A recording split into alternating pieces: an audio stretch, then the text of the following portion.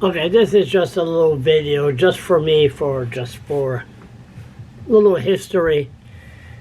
The video behind me on the TV is one of the videos I made when I attended the ceremony for the Boys in Reds. And the Boys in Red, a tragedy in Batters that happened 15 years ago today, midnight last night. It was a tragedy, and there's a lot of things that have been happening, you know, since that time, and it just to show you how the system, if you don't really go into the heart of things of the government and really talk to the people and say, listen, you got to do something here, nothing is going to be done. Now, this is just history here. It was 2008, 15 years ago. Time flies. And I woke up on a Saturday morning, and then there was no Facebook.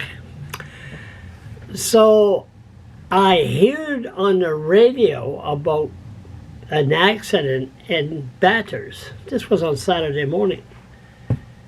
And then I contacted my friend in Batters, and she had Messenger, not Facebook chat line, Messenger.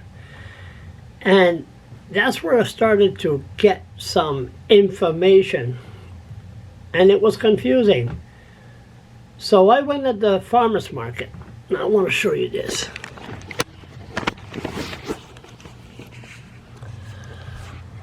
Look at that. Then Premier Sean Graham.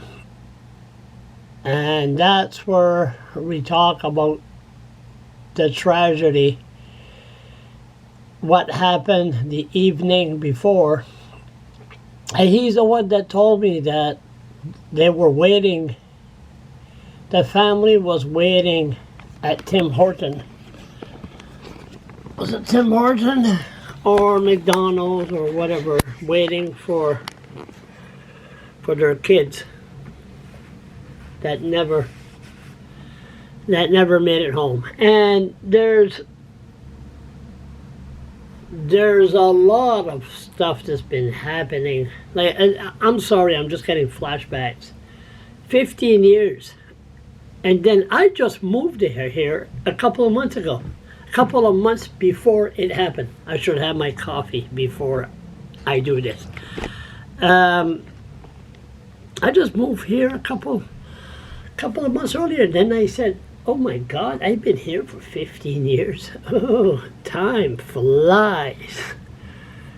And so when that happened, the government, they weren't planning to do an inquest. They weren't planning to do nothing. And that's where we got involved. And I remembered Isabel Hayes, another friend that came down. They were like lost souls. They were, of course, you know, they were looking for answers. And I remember they brought me to Batters, and me and my friend, we went at the site of the tragedy. And the first thing I said, I said, oh my God. I looked at my friend and I said, human error. That's the first thing I said, human error. See, the pavement dropped about this much. So, the van left, the tire hit the side, right in front of the transport. He should have let it, just kept on going, but hindsight's a terrible thing. And plus the van was in bad shape. And now John McLaughlin or Paul McLaughlin or whatever his name is, superintendent, he's now head one of the French emergent, and he's the one that was in charge of the contract of the van. But that's another story. Focus, Charles. And so at the end they got a coroner inquest, but so what? You know, recommendation, and plus it was just a scam. It was just terrible. I remember there was in a room, and that air condition or whatever was making so much noise you couldn't hear nothing, and you had to really bring your own questions. It was just a scam. And but we did meet Ivana. Who's Ivana? That was the RCMP that showed up there, the first RCMP on the site. And he took the stand and described everything he seen. It was incredible. It was incredible. Now Eve is now the bodyguard of the premier. And a lot of things happened. And then I love this picture. I never took it, but I love it. This is Isabel Haynes that lost her son, Danielle. And so next thing you know, she was really down. And then she went to the SPCA and got this dog. This dog, his name is Angel. Angel was a abandoned dog. So it was two lost souls that met. And Angel is now went to puppy heaven. But look at the smile, look at the dog, look at the hug.